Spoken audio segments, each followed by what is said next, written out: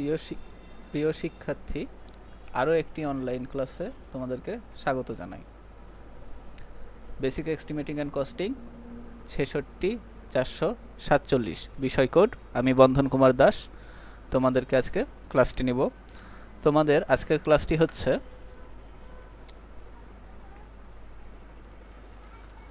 Chair তৈরিতে কাঠের হিসাব। চেয়ার তৈরিতে কাঠের কাজের হিসাব। এই যে চেয়ারের অঙ্ক, এটা বহু প্রতীক্ষিত তোমাদের অঙ্ক, যেটা ক্লাসে করানোর সুযোগ হয় নাই, তাই অনলাইনে সবাই অঙ্কটা খুব ভালো করে মনোযোগ সহকারে শুনবা। আশা করছি অঙ্কটা পুরোপুরি তোমরা বুঝতে পারবা।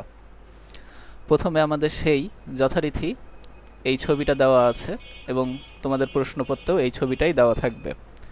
তোমাদের যথারীতি সেই ছক, যে ছকটা তোমরা বহুবার লিখেছ, ক্রমিক নম্বর, বিবরণ, সংখ্যা, দৈর্ঘ্য, প্রস্থ, উচ্চতা, পরিমাণ, মন্তব্য। এখানে বলে রাখি সবগুলা মিটারে এবং পরিমাণটা বের হবে ঘনমিটারে। প্রথমে আমাদের যেটা করতে হবে সেটা হচ্ছে পায়া। পায়া বলতে চেয়ারটা যার উপরে নির্ভর করে থাকে। দেখো এইগুলা হচ্ছে পায়া। পায়া সামনের দিকে আছে দুইটা, পিছনের দিকে আছে দুইটা।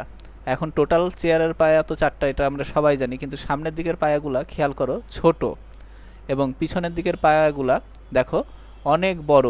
পায়াটা কিন্তু একটা কাঠেই তৈরি হয় এবং নিচ থেকে, ঠিক এই নিচের থেকে উপরে উঠে যায়, এটাই হচ্ছে পায়া।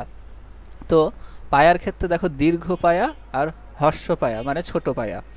তো দীর্ঘ পায়া যেটা বড় সেটাকে বলা হচ্ছে দীর্ঘ পায়া।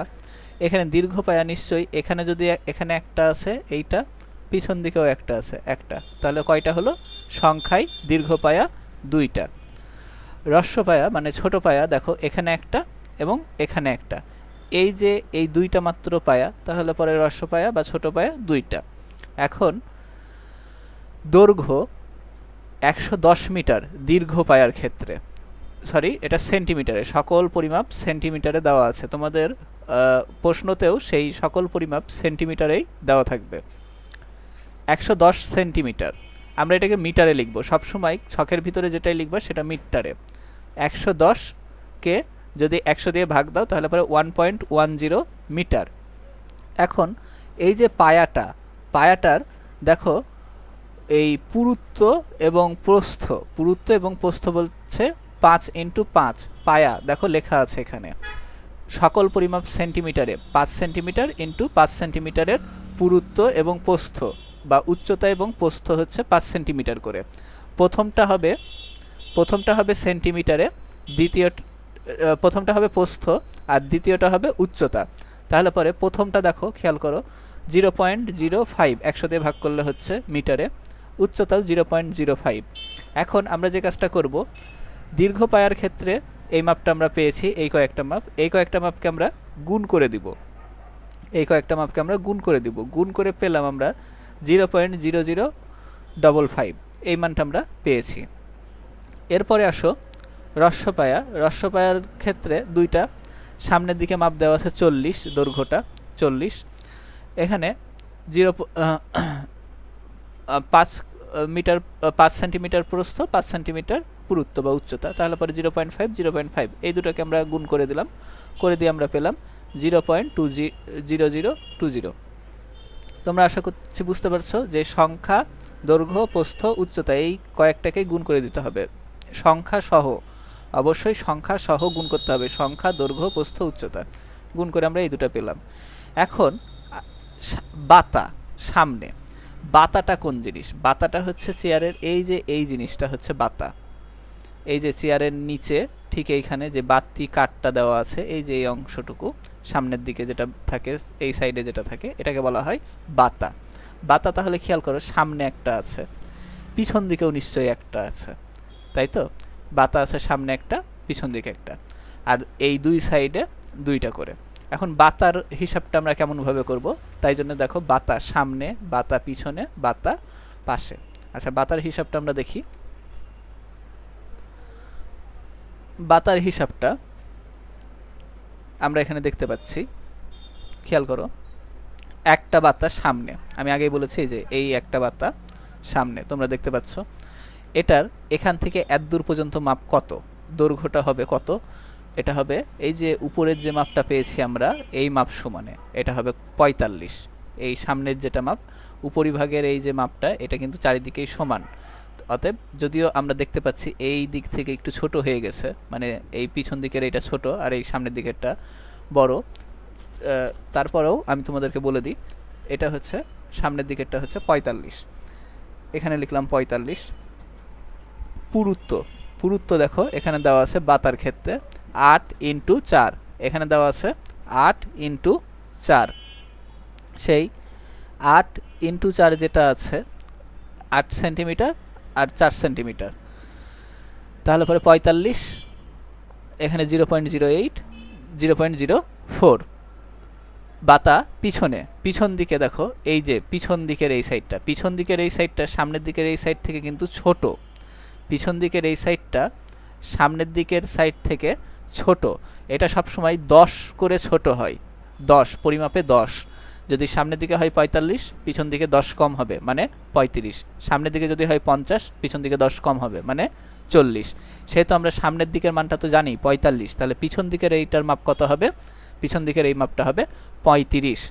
এটা মাপটা বের করে নিতে হবে, এটা যদি কোথাও না দেওয়া থাকে সবসময় এই টপিকস এই টেকনিকটা মনে রাখবা, এটা অনেক সময় প্রশ্নে দেওয়া থাকে না আমাদের, যে পিছন দিকের এই মাপগুলা, পিছন দিকের এই সামনের দিকের মাপটা দেওয়া থাকবে বা এইভাবে মাপটা দেওয়া থাকবে, এইভাবে মাপ যদি 45 হয় তাহলে সামনের দিকের মাপটাও 45, কিন্তু পিছন দিকের মাপ যদি না দেওয়া থাকে তাহলে পরে পিছন দিকের মাপ হবে এই সামনের দিকের যে মাপটা ধরবো তার থেকে 10 কম। সামনের দিকের মাপ যদি 50 থাকে পিছনে হবে 40, সামনের দিকের মাপ যদি হয় 45 তাহলে পিছনে হবে 35, এরকম। এরপরে 0.08 আগে যেরকম পেয়েছিলাম বাতার এই যে 8 আর 4, ঠিক 0.08, 0.04। এরপরে আসো পাশের বাতা, পাশে বলতে এই যে এই পাশে আর এই পাশে, এই দুই পাশে বাতা হচ্ছে কয়টা, দুইটি, দুই পাশে বাতা দুইটি। এই দুইটি বাতা আমাদের সংখ্যায় আমরা তো বুঝতে পারছি দৈর্ঘ্যটা 45, প্রস্থ 0.08 আর পুরুত্ব বা উচ্চতা হচ্ছে 0.04। আমরা এখন কি করব, সংখ্যা দৈর্ঘ্য প্রস্থ উচ্চতা গুণ করে দেব, গুণ করে দেখো এই ফলাফলগুলো আমরা পেয়েছি। এবার আসো টানা, টানার ক্ষেত্রে, টানা কাকে বলে,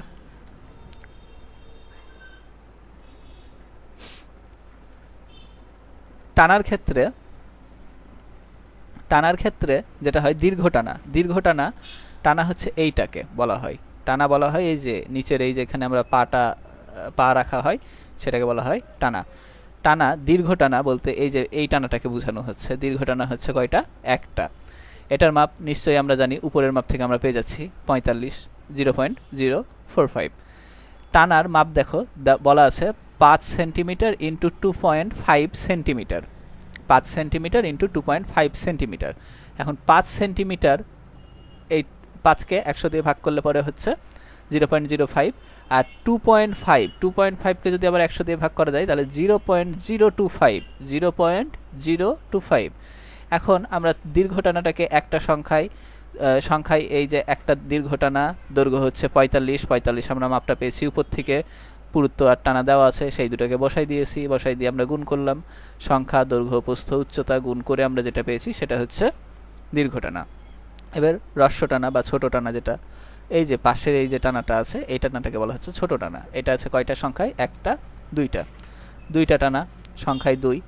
দেখো এখান থেকে এত দূর পর্যন্ত 45, উপর থেকে আমরা মাপটা পাচ্ছি 45, ঠিক আছে। আর পুরুত্ব তো আমরা আগেই জানি 5 আর 2.5, 5 আর 2.5। এখন আমরা কি করলাম, এইগুলাকে গুণ করে দিলাম, গুণ করে আমরা এই দুটা পেলাম। এরপর আসো উপরিদেশ। উপরিদেশ বলতে আমরা যেখানে বসে থাকি, উপরিদেশ বলতে বোঝানো হয় আমরা যেখানে বসে থাকি, এই জায়গাটা, এই জায়গাটা দেখো লেখা আছে 2.5 পুরু, 2.5 পুরু। এখন অনেকের কাছে প্রশ্ন হতে পারে, স্যার আমরা তো সামনের দিকে 45, পিছন দিকে 35 ধরেছি, আসলে মাপটা কত? আমরা যখন গড় করতে যাব টোটালটার মাপই আমরা একই ধরবো, 45 করে ধরবো, আমরা টোটালটার মাপই 45 ধরবো, মানে এদিকেও 45, এদিকেও 45, সেদিকেও 45, সেদিকেও 45। সামান্য পরিমাণ যে 0.10 করে বাদ যাচ্ছে এই সামনের দিকের বাতা ধরার ক্ষেত্রে, এটা তখন উহ্য হবে, কারণ এই সামনের মাপটা কাটার সময় আমাদের হিসাবের মধ্যে রাখতে হয়, সেহেতু আমরা এটাকে বাদ দিতে পারবো না উপরিদেশের ক্ষেত্রে। উপরিদেশের ক্ষেত্রে দেখো দৈর্ঘ্য 45 ধরেছি, দৈর্ঘ্য মানে এই বরাবর দৈর্ঘ্য 45, প্রস্থ এই বরাবর 45, দৈর্ঘ্য 45, প্রস্থ 45। পুরুত্ব হচ্ছে মানে থিকনেস, যেটা কাঠের থিকনেস হবে, মানে থিকনেস বলতে এই যে এই অংশটুকু, এই এরকম ছোট্ট পাতলা পুরুত্ব, যেটা আর কি পুরুত্বটাকে বোঝানো হচ্ছে 2.025। এখন আমরা যেটা করব সেটা হচ্ছে সবগুলোকে আমরা গুণ করে দিব। কোনটা কোনটা গুণ করব? সংখ্যা, দৈর্ঘ্য, প্রস্থ এবং উচ্চতা, এই তিনটাকে গুণ করে দিলে পরে হচ্ছে 0.0051 আমরা পেয়ে গেলাম। এরপর আসছে উপরের বাতা। উপরের বাতা বলতে এই যে এই অংশটুকুনকে বোঝানো হচ্ছে, এই যে যে জায়গাটায় আমরা হেলান দিয়ে বসি, যেখানে আমাদের পিঠটা বা ঘাটটা আরাম করে হেলান দিয়ে বসার জন্য যে জায়গাটা, সেটা হচ্ছে এই জায়গাটা। এই জায়গাটার মাপটা কি দেখি? উপরের বাতা এইটুকুনি, একটা মাপ দেওয়া আছে 35, 0.035। এখানে 35 যদি না দেওয়া থাকতো, যদি দেওয়া থাকতো 15x4, তাহলে আমরা কেমন করে বের করতাম? এই দেখো নিচের এই যে এই বাতাটার মাপ যত ধরেছি, সামনের দিকে যত মাপ হবে তার থেকে 10 কম হবে, সেই হিসাবে এটাও সেই রকমভাবেই আমরা 35 পাবো। যদি কোনো ক্ষেত্রে প্রশ্নে মান দেওয়া না থাকে তাহলে পরে নিশ্চয়ই তোমরা এই জায়গার মাপটা যদি 45 হয়, এই জায়গার মাপটা 35 ধরবা, সেহেতু এখানকার এই উপরের বাতার মাপটাও 35 হবে, উপরের বাতার মাপটাও হবে 35। ঠিক আছে? এখন 35 আমাদের এই যে প্রস্থ দেওয়া আছে, প্রস্থ হচ্ছে 15 হচ্ছে এখান থেকে এতদূর পর্যন্ত প্রস্থ 15, আর এই যে এইটুকুন এই যে পুরুত্ব, এই পুরুত্বটা হচ্ছে 0.04। এখন আমরা এই সংখ্যা, দৈর্ঘ্য, প্রস্থ, উচ্চতা এই কটাকে গুণ করে দিলাম, গুণ করে দিলে পেলাম 0.0021।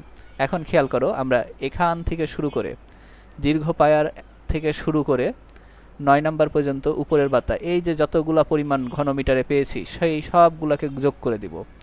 এইটা এই সবগুলাকে আমরা যোগ করে দিব। যোগ করে দিয়ে আমরা যে মোট ক্ষেত্রফলটা পাবো, মোট যে আয়তনটা পাবো, সেটা হচ্ছে 0.0218। এটার মান হবে ঘনমিটারে। এই এত পরিমাণ, এত ঘনমিটার আমাদের কাঠ লাগবে, চেয়ার তৈরিতে আমাদের কাঠের পরিমাণ এত হবে। আশা করছি তোমরা বুঝতে পেরেছো।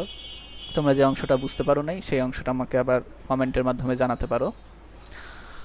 তোমাদের বাসার কাজ, চেয়ার তৈরিতে কাঠের হিসাব বের করো। বাসার কাজ হচ্ছে এইটা, এখানে আছে 90, এটা আছে 45, এটা আছে বাতার এই মানটা আছে, প্রস্থ এবং উচ্চতা হচ্ছে 8x4, পায়া আছে 5x5, টানা আছে এটা হচ্ছে 5x2.5, 5x2.5, উচ্চতা হচ্ছে 40, মাপটা এখানে 90 দেওয়া আছে, এটা একটু ভিন্ন দেওয়া আছে।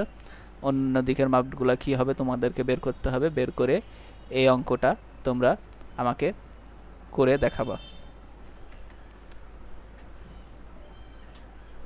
সবাইকে ধন্যবাদ জানিয়ে আমি আমার ক্লাসটি শেষ করছি। যেহেতু পরীক্ষা হবে, সবাই রীতিমতো ক্লাস করো এবং পড়াশোনা শুরু করো। সবাইকে ধন্যবাদ, সবাই সুস্থ থাকো, ভালো থাকো।